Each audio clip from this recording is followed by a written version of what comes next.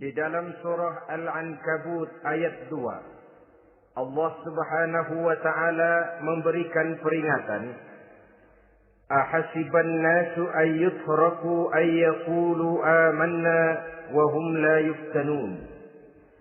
Adakah manusia menyangka bahwa mereka akan dibiarkan saja mengucapkan amanna, dibiarkan saja mengatakan kami beriman kepada Allah, wa hum la yuftanun, padahal mereka belum diuji lebih dahulu.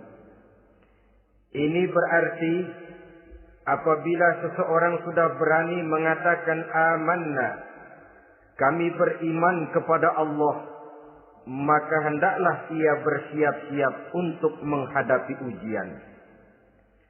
Setelah ujian datang, barulah akan nampak nyata kadar dan kualitas keimanan yang dimiliki oleh seseorang. Timbul pertanyaan, mengapa orang yang beriman yang justru diuji oleh Allah Subhanahu wa taala? Logikanya tentu ringan saja, bahwa yang mengikuti ulangan di sekolah tentu adalah anak-anak sekolah. Kalau tidak sekolah, tentu saja tidak perlu ikut ulangan. Makin tinggi kelasnya, makin berat soal ulangan yang diberikan kepadanya. Demikianlah dalam kehidupan beragama. Justru yang beriman, yang mendapat ujian dari Allah Subhanahu wa ta'ala, semakin tinggi nilai kualitas keimanannya, akan semakin berat ujian dan cobaan yang diberikan kepadanya. Nabi kita Muhammad sallallahu alaihi wasallam pernah pula memperingatkan. Beliau bersabda, "Inna asyaddal bala'i al-anbiya, thumma al-awliya, thumma al-ulama, thumma al-amsal fal-amsal, ubtuliyan nasu ala hasabi dinih."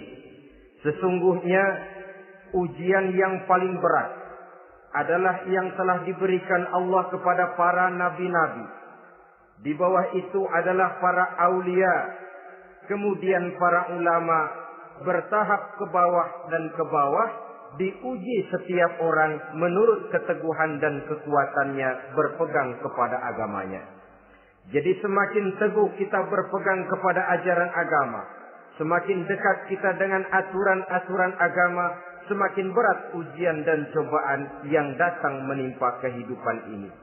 Maka persoalan inilah yang akan kita bicarakan pada pertemuan kali ini, tentang cobaan-cobaan yang datang menimpa kehidupan kita. Pokok persoalannya adalah surah Al-Baqarah ayat 155. Allah Subhanahu wa ta'ala menjelaskan jenis-jenis ujian yang diberikan kepada kita orang-orang yang beriman.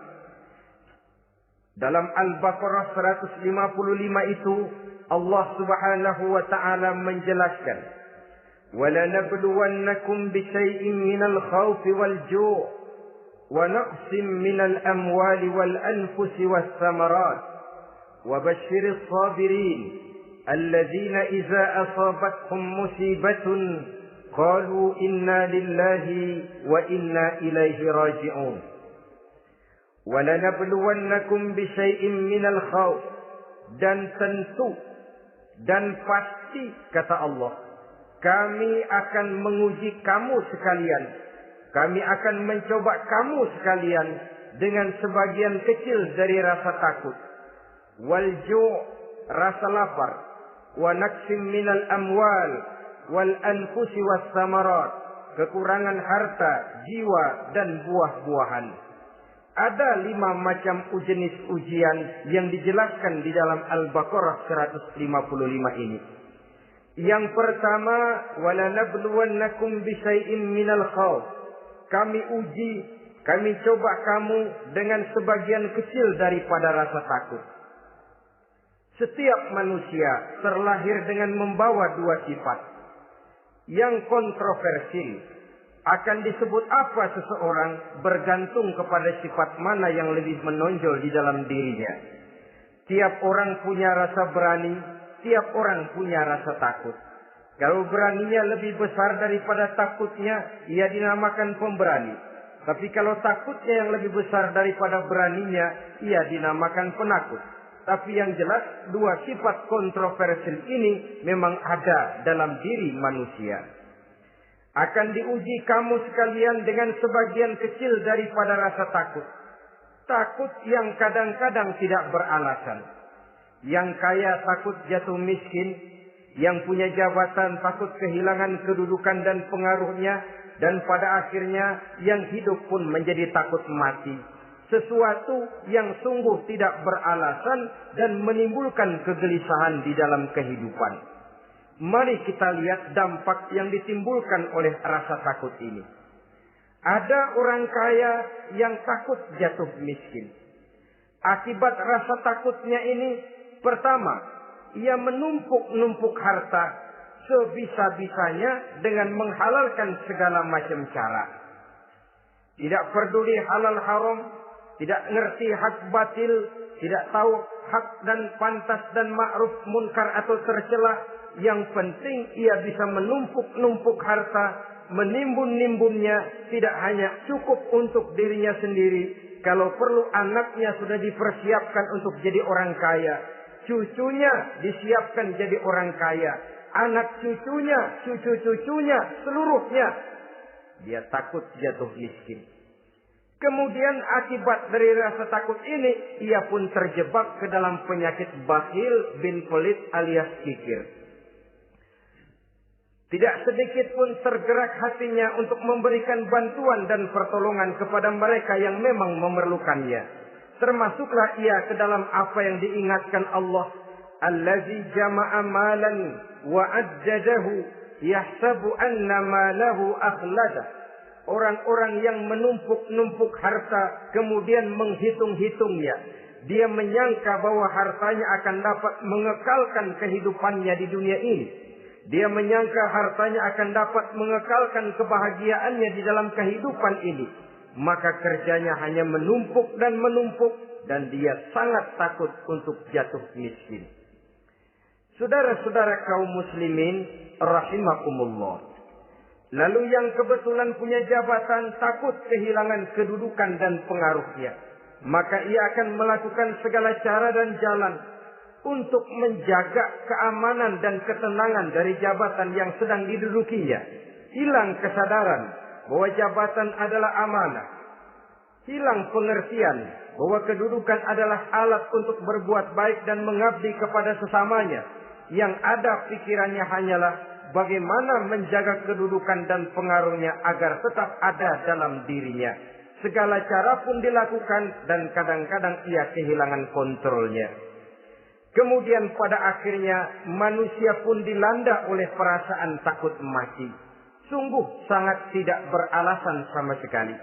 Karena mati adalah kewajiban dari semua yang bernama hidup. Dan Nabi mengingatkan, al-mautu babun fa kullun nasi dakhilu. Mati adalah merupakan satu pintu yang setiap orang akan masuk ke dalam pintu itu. Bahkan mati sesungguhnya bisa merupakan nasihat di dalam kehidupan kita. Beliau bersabda, taraktu fikum nasihataini, natiqan wa samitan. Aku tinggalkan kepada kamu dua macam nasihat. Pertama, nasihat yang pandai bicara, dan yang kedua, nasihat yang diam saja. Sahabat bertanya, nasihat yang pandai bicara itu apa ya Rasul? Beliau menjawab, Al-Quran. Kalau nasihat yang diam saja apa ya Rasul? Beliau menjawab, maut.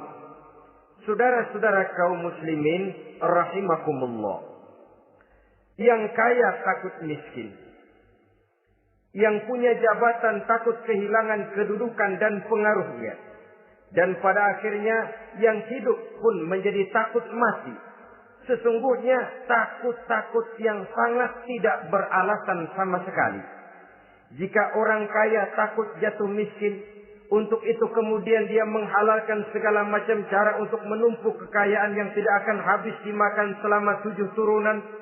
Kemudian diiringi dengan sifat bakhil, sifat tertutup, sifat berpangku tangan melihat kesulitan dan penderitaan orang lain. maka sesungguhnya dia tidak merasa bahwa harta merupakan titipan dari Allah Subhanahu wa taala, bahwa ia merupakan alat dan bukan merupakan tujuan di dalam kehidupan ini. Takut miskin adalah satu penyakit yang mengakibatkan orang lupa diri dan lupa daratan.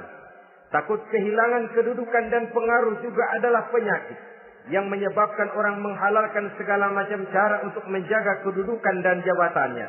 Dan takut mati juga sebenarnya sesuatu yang tidak beralasan. Sebab siapa yang berani hidup harus berani pula menghadapi mati. Yang takut mati tidak usah hidup saja. Karena mati adalah kewajiban bagi semua orang-orang yang hidup.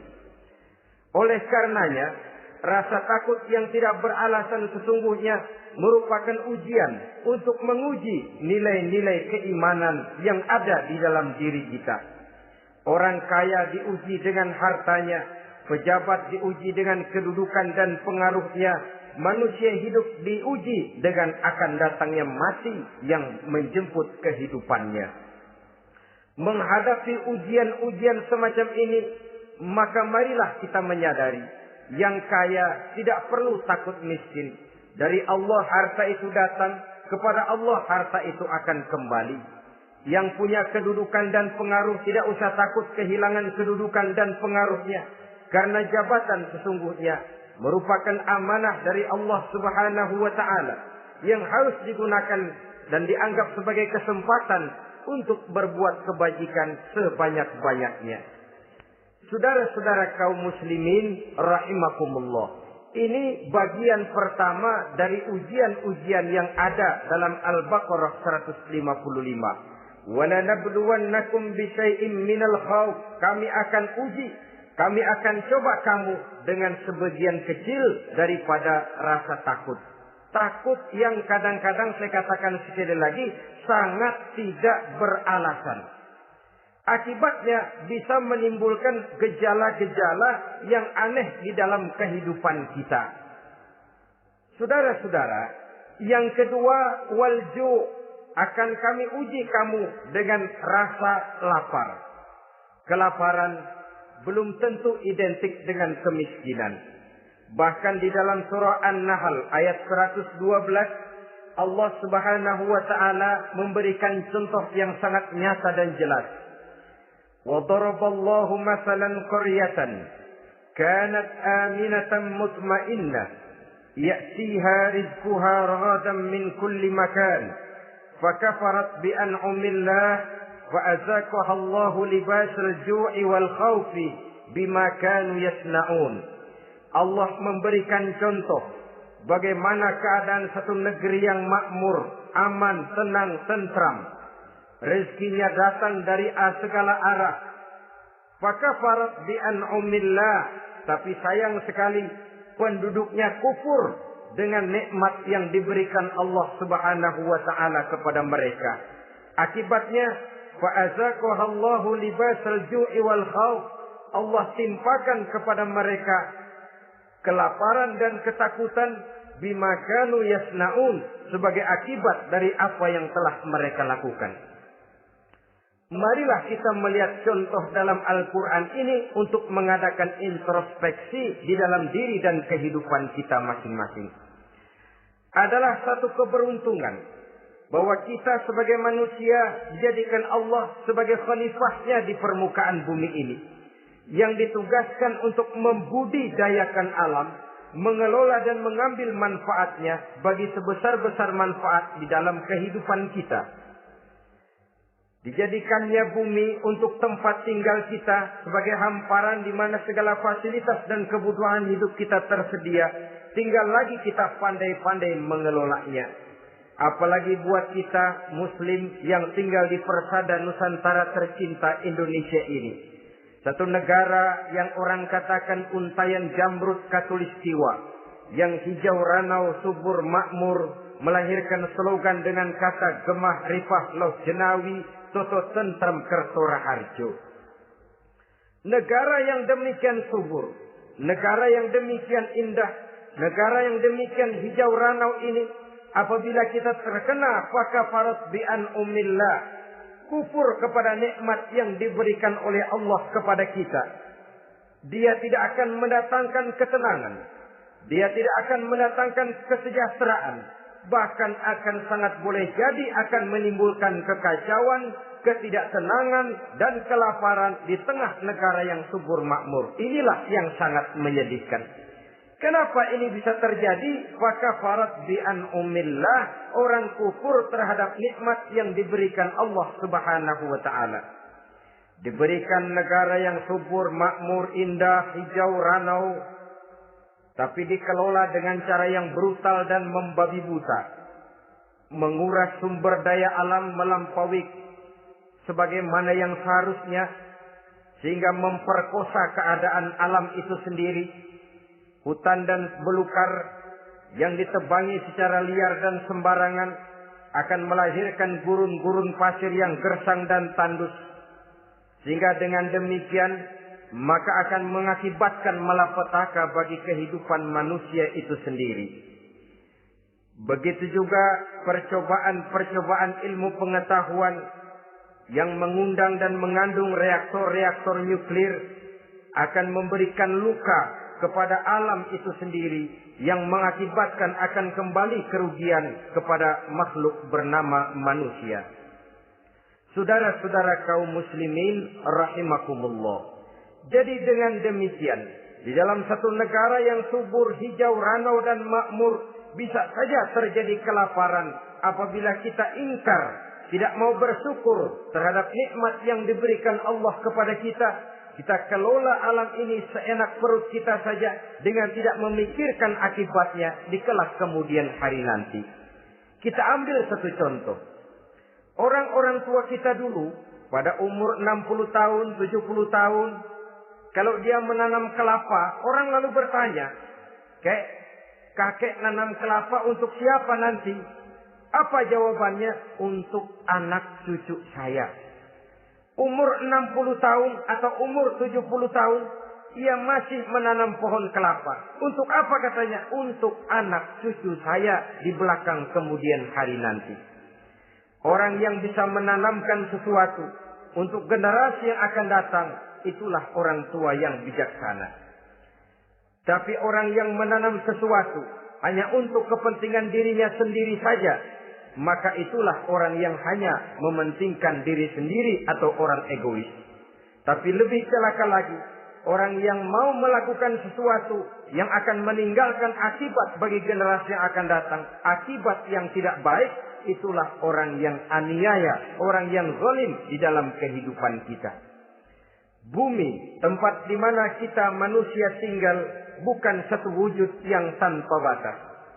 Pernahkah kita membayangkan cuma satu bumi untuk dihuni oleh 5 miliar lebih dari makhluk bernama manusia, yang kadang-kadang pertumbuhan sarana untuk menunjang kehidupan tidak sepesat pertumbuhan jumlah makhluk bernama manusia itu sendiri. Oleh karena itu kita dituntut untuk pandai-pandai mengelola, membudidayakan alam ini dengan tetap menjaga keseimbangannya, sehingga bahaya kelaparan yang merupakan ujian di dalam kehidupan, insya Allah tidak akan kita temukan di dalam kehidupan kita. Saudara-saudara kaum muslimin rahimakumullah. Ini kelaparan dalam artian sebagai satu bangsa. Bisa juga kelaparan dalam artian dalam kehidupan pribadi daripada manusia. Hidup ini kata orang berjalan bagaikan roda pedati. Sekali tempo naik kita ke atas, lain saat turun kita ke bawah. Ada saatnya kita jaya, ada saatnya kita pun mengalami kemunduran. Oleh karena itu, pasang surut kehidupan ini membuat orang seharusnya sadar bahwa pasang surut itu tidak harus menyebabkan pasang surutnya dia di dalam melaksanakan ibadahnya kepada Allah Subhanahu wa taala. Kelaparan boleh jadi memang merupakan ujian untuk menguji nilai-nilai keimanan seseorang. Apabila dalam kondisi lapar imannya mantap, imannya teguh, imannya kuat, maka dalam kondisi di mana perutnya tidak lapar, tentu iman itu akan lebih bertambah mantap lagi. Kalau orang perutnya kenyang, kalau orang perutnya berisi penuh, lalu imannya stabil, kemudian pada saat kelaparan imannya pun mengalami penurunan, maka di situ nyata, di saat dia diuji dengan kelaparan, kualitas imannya ikut menyurut, mundur ke belakang, dan mengalami proses degradasi, proses peluncuran dan penurunan. Oleh karenanya, marilah kita menyadari, Allah Subhanahu wa ta'ala senantiasa memberikan yang terbaik kepada kita bersama. Kelaparan, apabila kita terima dengan sikap lapang dada, tidak akan menyebabkan kita menjadi berbuat nekat. Tetapi kita tetap dalam kontrol, tetap dalam keadaan yang stabil, tidak keluar dengan melakukan perbuatan-perbuatan yang negatif. Bagaimanapun kita ingin membela dan mempertahankan kelangsungan hidup, betapa dan bagaimanapun kita ingin menjaga kelangsungan perut, namun kita tetap tidak keluar dari norma-norma dan kaedah-kaedah yang telah ditentukan di dalam kehidupan beragama. Inilah cobaan yang kedua yang ada dijelaskan dalam Al-Baqarah ayat 155 tadi, berupa kelaparan. Yang ketiga, wa naqsim minal amwal, kekurangan harta alias kemiskinan. Kemiskinan, saudara-saudara, merupakan ujian dari Allah Subhanahu wa ta'ala untuk menguji sejauh mana kekuatan iman yang kita miliki di dalam kehidupan. Tetapi sesungguhnya bukan hanya kemiskinan, kekayaan pun pada hakikatnya juga merupakan ujian. Namun umumnya manusia akan lebih merasa diuji jikalau dia miskin daripada diuji jikalau dia menjadi orang yang kaya. Pada sisi lain kenyataan mengatakan banyak orang lulus ketika diuji dengan kemiskinan, tetapi gagal berantakan setelah diuji dengan kekayaan. Kemiskinan pun apabila kita lihat dari segi kehidupan bermacam bentuknya. Ada kemiskinan di bidang ilmu pengetahuan. Karena kemiskinan dan kebodohan memang merupakan dua saudara yang seakan-akan sekandung. Yang satu bisa menimbulkan yang lain, tapi paling celaka kalau keduanya sudah berjalan beriringan. Maksud saya, kemiskinan bisa menimbulkan kebodohan, kebodohan bisa menimbulkan kemiskinan, tapi yang paling celaka sudahlah miskin, bodoh pula. Miskin ilmu. Yang kedua, miskin akhlak. Ini lebih parah lagi daripada miskin ilmu. Kalau miskin ilmu orang sekedar goblok bin bodoh alias tolol, maka miskin akhlak ini menyebabkan orang kurang ajar, tidak punya budi pekerti. Sehingga dengan demikian miskin akhlak sesungguhnya lebih bahaya daripada miskin ilmu. Adapun miskin yang kita kenal pada umumnya dan juga yang dimaksud dalam ayat ini adalah miskin harta.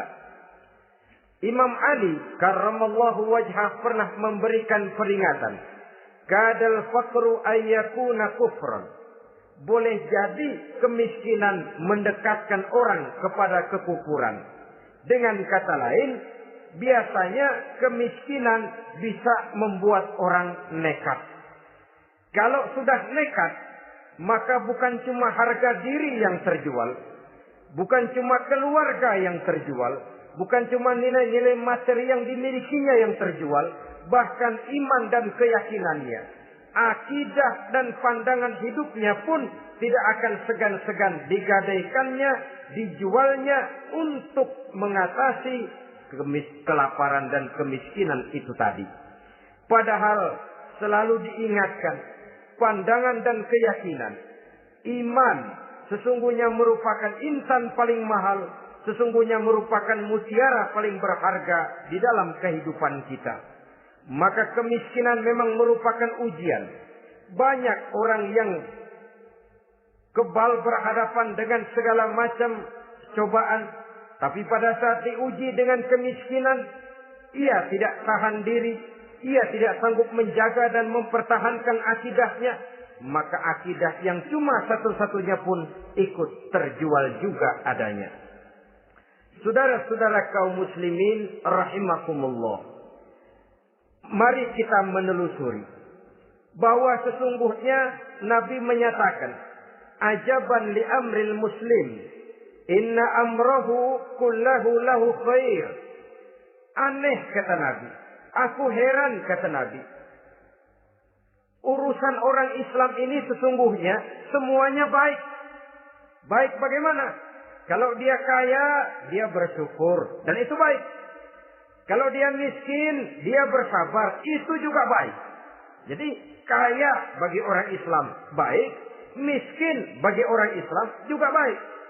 Kalau dia kaya, dia kan bisa berkata, alhamdulillah saya kaya, mudah-mudahan harta ini bisa menunjang ibadah saya kepada Allah Subhanahu wa taala. Baik. Kalau dia miskin, dia juga berkata, alhamdulillah saya miskin, mudah-mudahan di akhirat nanti pemeriksaannya tidak lama-lama seperti orang kaya. Ya kalau melarat yang mau diperiksa apaan? Memang nggak punya apa-apa. Yang kaya boleh jadi pemeriksaannya rada seret, banyak sikutannya. Saudara-saudara kaum muslimin, dua persoalan ini baik kalau kita tidak salah terima. Mana yang lebih baik? Tentu yang lebih baik menjadi orang kaya yang bersyukur. Dan itu memang wajar. Kaya, syukur. Miskin, sabar. Yang luar biasa kalau mau tahu, miskin, syukur. Kalau kaya, syukur memang mestinya. Miskin, sabar. Ya mestinya lah. Miskin kagak sabar mau kemana? Tapi yang luar biasa sesungguhnya, miskin, syukur. Syukur bagaimana? Ya seperti saya katakan tadi. Alhamdulillah, mudah-mudahan di akhirat nanti pemeriksaannya tidak lama seperti orang yang kaya. Sehingga kata Nabi, setiap persoalan yang dihadapi umat Islam baik bagi dia. Miskin, baik. Kaya, baik. Asal orang tidak salah terima. Tapi sebaliknya, kalau salah terima, kaya, lupa diri. Miskin, lupa daratan. Pada posisi di mana dia sebenarnya tidak bisa menerima kenyataan dengan baik. Akhirnya kehilangan kontrol. Saudara-saudara kaum muslimin rahimakumullah. Karena itu pada pertemuan kali ini saya ingin mengajak kita bersama. Marilah kita menyadari betapapun kemiskinan yang datang menimpa, seluruhnya merupakan ujian yang datang dari Allah untuk menguji nilai-nilai keimanan kita. Jangan iman itu berubah, jangan akidah itu bergoyah, jangan keyakinan dan pandangan hidup itu tertukar dengan keyakinan dan pandangan hidup lainnya. Bahkan dalam kemiskinan, orang biasanya menemukan diri dan kepribadiannya. Dalam kemiskinan, orang bisa berjalan lebih lurus untuk mendekati Allah Subhanahu wa taala. Sesungguhnya kemiskinan bukan merupakan sesuatu yang harus kita takuti. Apalagi kalau ia memang merupakan ujian. Kemiskinan yang merupakan ujian adalah kemiskinan yang akan berakhir dengan kebaikan. Saudara-saudara kaum muslimin, tapi jangan lupa membicarakan pokok persoalannya. Ini kalau kemiskinan menimpa orang-orang yang beriman, itu yang ujian. Kalau nggak beriman, melarat, bukan ujian, persekot.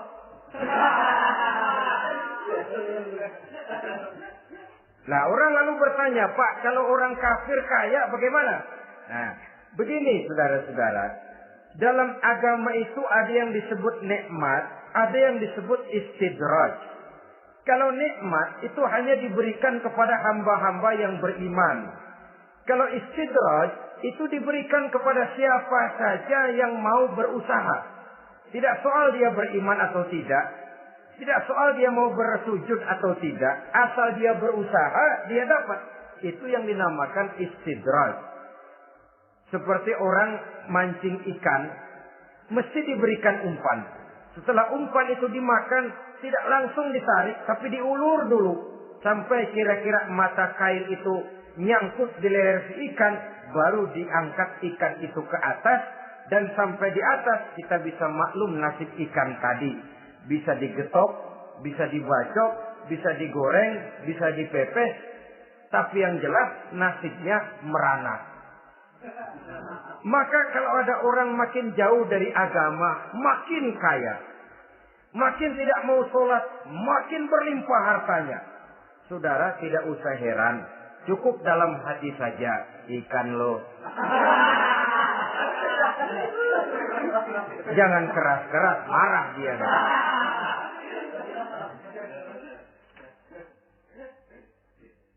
Kemiskinan apabila didasari dengan sikap keimanan merupakan ujian untuk menguji kualitas keimanan seseorang. Bahkan satu hadis menyatakan apabila Allah mencintai seorang hamba, maka diujinya hamba itu karena Allah ingin mendengar liyasma'a tadarru'ahu, ingin mendengar ratapan orang tadi. Sama juga kita, kadang-kadang karena cinta benar kepada anak kita yang mungil, suatu saat kita ingin mendengar dia nangis, kita cubit dia. Bukan karena gemes, bukan karena benci, ingin mendengar nangisnya kok indah begitu. Saudara-saudara kaum muslimin rahimakumullah. Jadi jangan sampai ada pertanyaan, saya kan sembahyang rajin banget, kenapa miskin ya? Apabila sekali lagi didasari dengan sikap keimanan, maka kemiskinan merupakan ujian. Dan tentu anak sekolah itu kalau lagi ujian berat, capek, sakit hati, peras keringat, banting tulang, kepanasan, kehujanan, kenikmatan baru akan dia rasakan pada saat terima rapot pengumuman kenaikan kelas. Di situ kenikmatannya terasa. Demikian menghadapi ujian, kita cuma mengeluh. Kenapa ada rasa takut? Kenapa kelaparan? Kenapa kemiskinan? Di balik semua itu, apabila kita sudah merasakan naik kelas, akan terasalah kenikmatannya. Itu ujian yang ketiga. Yang keempat yang diceritakan dalam Al-Baqarah 155, wal anfus ay wa naqsim minal anfus, kekurangan jiwa atau kematian. Saudara-saudara, yang hidup takut mati. Padahal semua makhluk hidup harus berani mati. Bagaimanapun takutnya kita kepada mati, bisakah kita menghindarkan diri dari dia? Bagaimanapun kita tidak ingin bertemu malaikat maut, kemana kita akan lari bila dia datang mengetuk pintu? Bagaimanapun kita ingin menghindar dari pertemuan dengannya, kemana kita akan lari apabila dia sudah datang hendak menjemput nyawa? Karena itu memang ada satu prinsip yang dijelaskan oleh para ulama kita, iskariman au mut syahidan. Mati dan hidup dua hal yang tidak terpisahkan. Oleh karenanya, kalau memang hidup, hiduplah secara mulia. Kalau mati, matilah secara syahid. Hidup mulia atau mati syahid. Jangan terbalik. Hidup sia-sia, mati konyol. Nilai yang tidak ada artinya. Alangkah nikmatnya hidup yang berisi kemuliaan, dan alangkah indahnya mati dalam nilai syahid. Saya ingin menyegarkan ingatan saudara-saudara kepada sikap Nabi Allah Ismail alaihi salam ketika menghadapi keputusan dari Allah Subhanahu wa taala memerintahkan Nabi Ibrahim alaihi salam untuk menyembelih leher anaknya Ismail, yang ini berarti adalah kematian. Ketika datang perintah untuk menyembelih leher Nabi Ismail, Nabi Ibrahim berkata kepada putranya, "Ya bunayya inni ara fil manami anni azbahuka fanzur madza tara." Ananda Ismail, ayah mimpi diperintah oleh Allah untuk menyembelih lehermu. Menurut pendapatmu bagaimana mimpi ini, nak? Laksanakan atau tidak usah? Saya tidak sanggup membayangkan. Anak cuma satu-satunya. Sudah lama diharapkan. Si buah hati belahan jantung pelanjut cerita penerus sejarah. ketika anak ini sedang lucu-lucunya, turun perintah untuk menyembelihnya. Ya, kalau anak kita banyak, turun perintah potong leher anakmu, mungkin kita bisa pilih yang mana yang rada bandelan nih.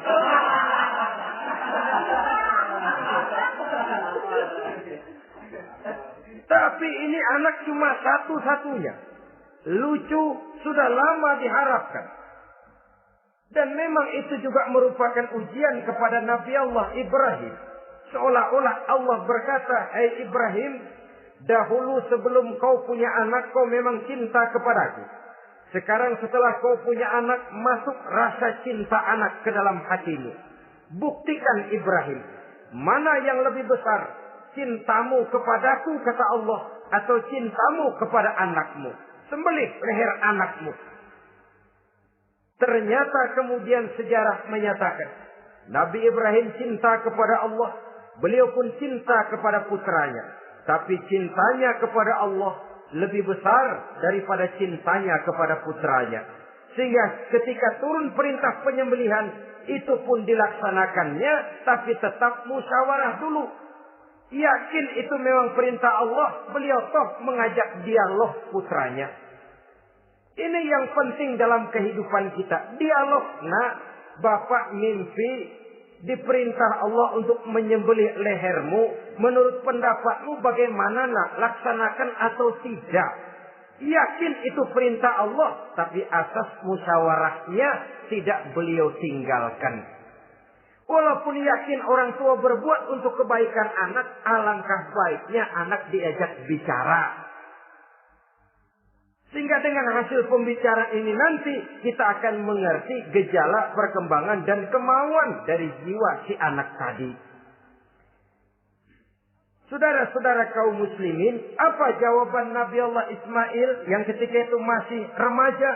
Beliau menjawab, "Ya abatif al-ma tu'mar, satajiduni insyaallahu minas sabirin." Bapak, jikalau memang ini memang perintah Allah, laksanakan saja Bapak. Tidak usah ragu. Mudah-mudahan nanti Bapak akan menemukan saya termasuk ke dalam golongan orang-orang yang sabar.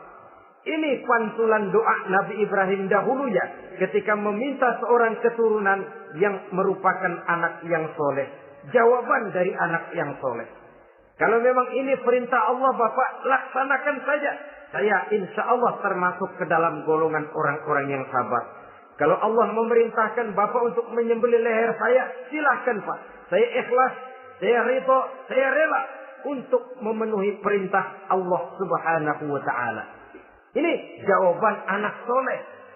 Sebab itu sering saya katakan, kalau kita cuma punya anak pintar tidak soleh, mungkin jawabannya nggak begini. Nak, Bapak diperintah motong leher kamu, nak, bagaimana pendapatmu? Mungkin dia jawab, Bapak aja yang tuaan, Pak.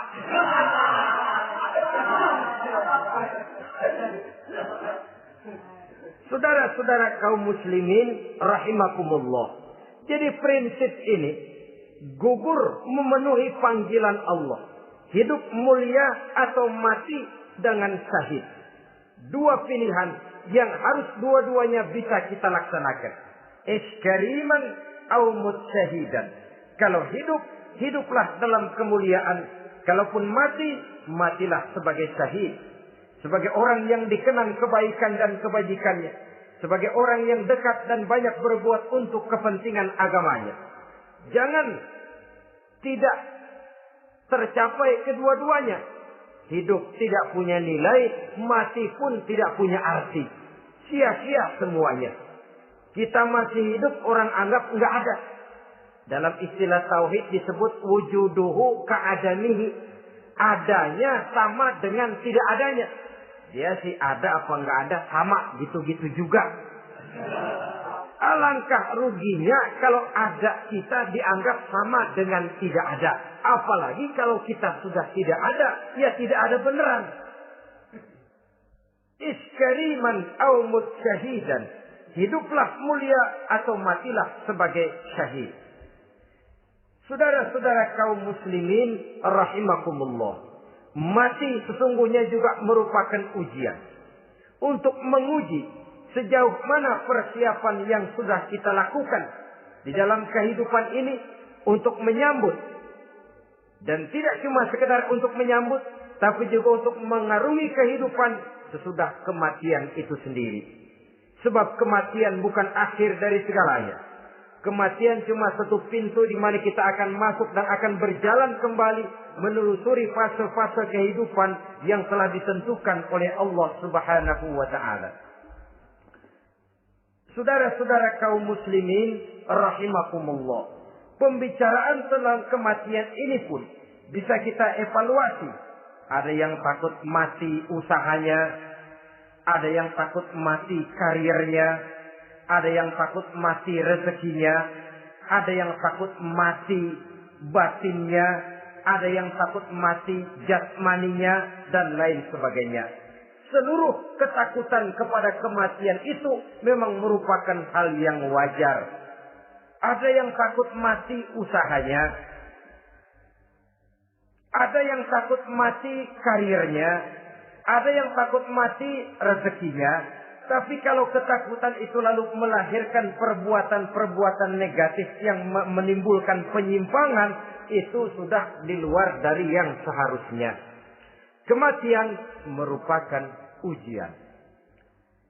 Menghadapi segala macam ujian termasuk kematian ini akan kita bicarakan pada bagian penutup nanti. Yang kelima, saudara-saudara, ujian yang dijelaskan dalam Al-Baqarah 155 tadi, wa naqsim minas samarat, kekurangan buah-buahan. Kekurangan buah-buahan bisa berarti paceklik. Ini juga bisa diakibatkan oleh apa yang dijelaskan dalam An-Nahl 112 tadi. Orang kufur kepada nikmat yang diberikan Allah Subhanahu wa taala. Orang jauh dari petunjuk-petunjuk agama. Merasa segala persoalan bisa dipecahkan dengan kemampuan otaknya. Hilang rasa ketergantungannya kepada Allah Subhanahu wa ta'ala. Maka usahanya bisa berakhir dengan yang tidak diharapkan. Sudah bikin target. Tahun ini kita bakal panen raya. Besar. Tahu-tahu tikus ngamuk. Habis padi digarap oleh tikus, panen bisa gagal. Bahkan beberapa tahun yang lalu, kita masih ingat bagaimana ulat-ulat menyerbu pohon-pohon jambu. Ribuan batang pohon jambu. Ribuan pohon-pohon jambu itu mati. Lalu jambu-jambu itu tidak bisa lagi dimanfaatkan dalam kehidupan. Tikus yang menyerbu sawah. Ulat yang menyerbu pohon-pohon jambu, angin topan, puting beliung, gempa bumi, itu sudah proses-proses di luar kemampuan manusia untuk mendeteksinya. Disinilah manusia harus sadar bahwa setelah ia berusaha dan berusaha sesuai dengan keterikatannya kepada hukum alam, kepada sunnatullah, maka ia harus punya sandaran vertikal kepada Allah Subhanahu wa ta'ala. Agar bila usahanya berhasil, dia tidak lupa diri dan lupa daratan. Dan apabila usahanya kemudian ternyata gagal, dia tidak menjadi putus asa, buruk sangka, sempit hati, sempit pandangan. Cobaan datang dari Allah Subhanahu wa ta'ala berupa kekurangan buah alias paceklik. Saudara-saudara, menghadapi cobaan dan ujian yang saya katakan tadi, 5 macam ini, apa konsepnya, apa jalan keluarnya?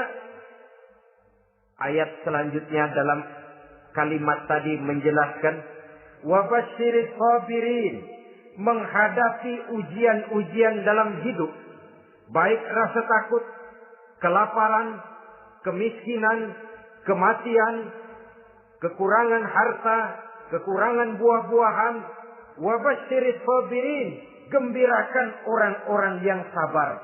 Menghadapi segala macam ujian tadi, gembirakan orang-orang yang sabar. Siapa orang yang sabar itu? Alladzina iza asabathum musibatun qalu inna lillahi wa inna ilaihi raji'un. Yaitu orang-orang yang apabila menghadapi ujian, ditimpa musibah, Mereka berkata, sesungguhnya kami berasal dari Allah dan sesungguhnya kepada Allah pula kami akan kembali. Bukan cuma sekedar ucapannya, tapi penghayatannya kepada filsafat yang terkandung di dalam kalimat itu tadi. Maka jadilah dia semacam lipstick. Jadilah dia semacam dekorasi. Apabila kita berjanji dan dalam hati kita sudah ada kemungkinan besar kita tidak akan datang, kita tetap menggunakan kata-kata insya Allah. Padahal yang jelas tidak akan mau datang adalah kita. Kita sandarkan dan kita kembalikan itu kepada Allah. Sesungguhnya kami berasal dari Allah. Sesungguhnya kepada Allah juga kami akan kembali. Bukan cuma sekedar ucapannya, tapi juga penghayatan kepada filsafat yang terkandung di dalamnya. Kalau suatu saat kita harus kehilangan harta yang kita miliki, kenapa tidak berpikir inna lillahi wa inna ilaihi raji'un? Bahwa dulu pun ketika lahir ke dunia ini, tidak ada harta yang saya bawa. Kalau sekarang harta itu hilang, inna lillahi wa inna ilaihi raji'un. Itu yang saya maksud.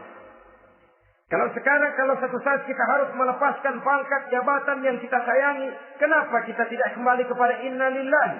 Dulu pun ketika waktu lahir ke dunia ini, tidak ada pangkat dan jabatan yang saya bawa. Kalau sekarang harus pensiun, inna lillahi wa inna ilaihi raji'un. Ini kadang-kadang enggak. Dengar mau mutasi, mau pensiun, mulutnya inna lillahi, tapi gerbek-gerbek dukun diusut.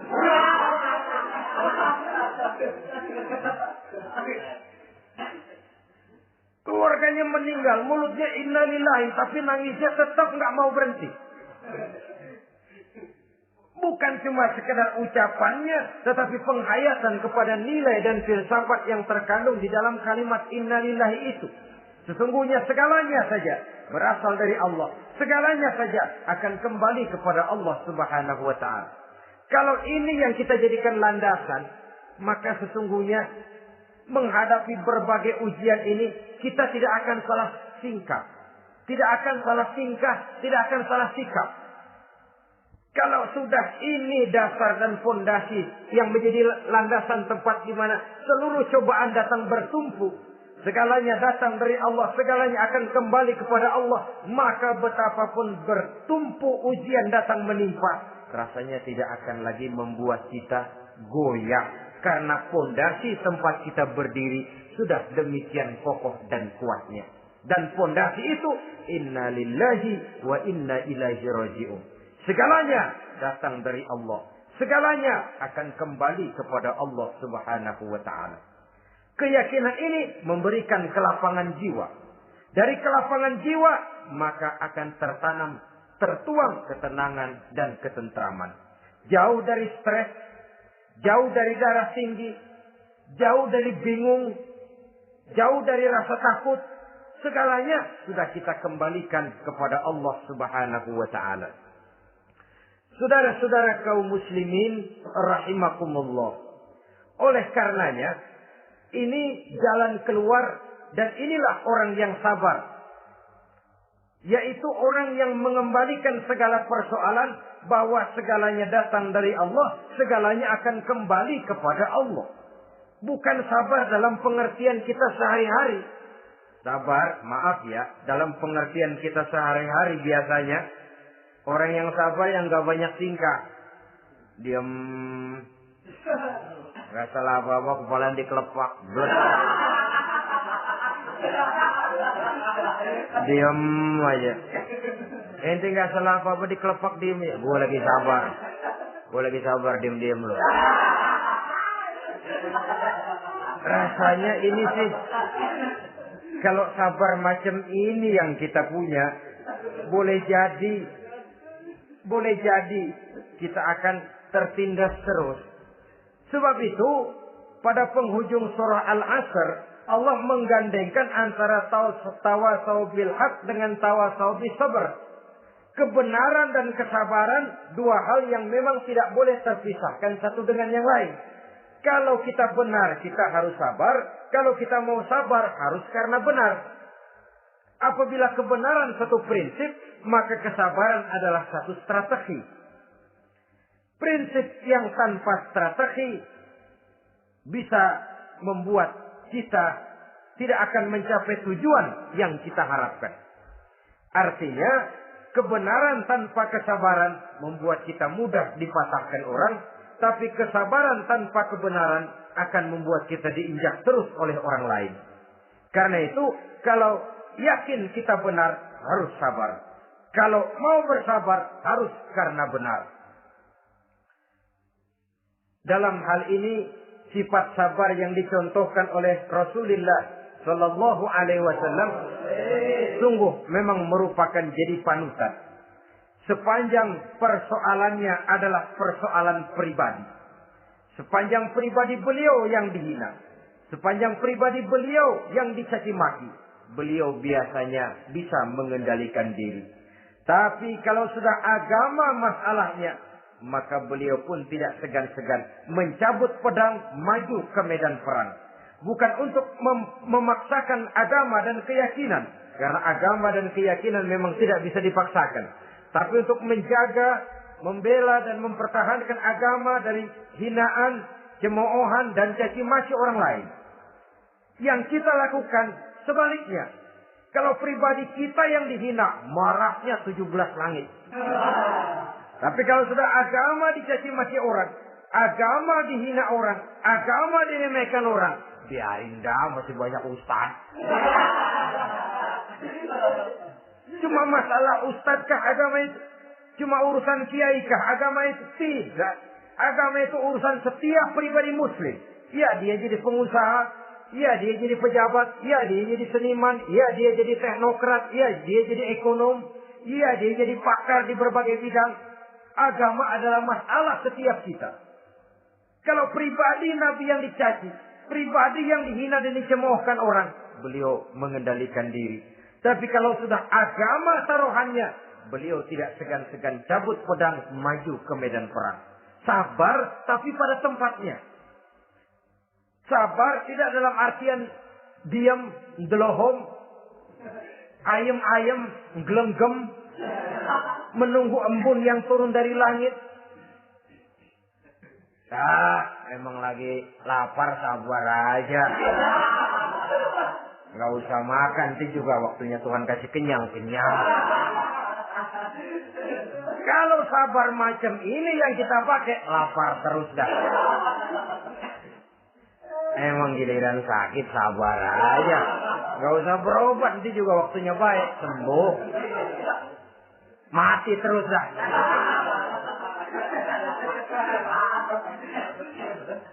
Ya, perkara ada orang sakit tidak berobat sembuh, itu hak Allah. Tapi tidak boleh kita jadikan sandaran, apalagi kalau makom kita dengan Allah masih sedemikian jauhnya.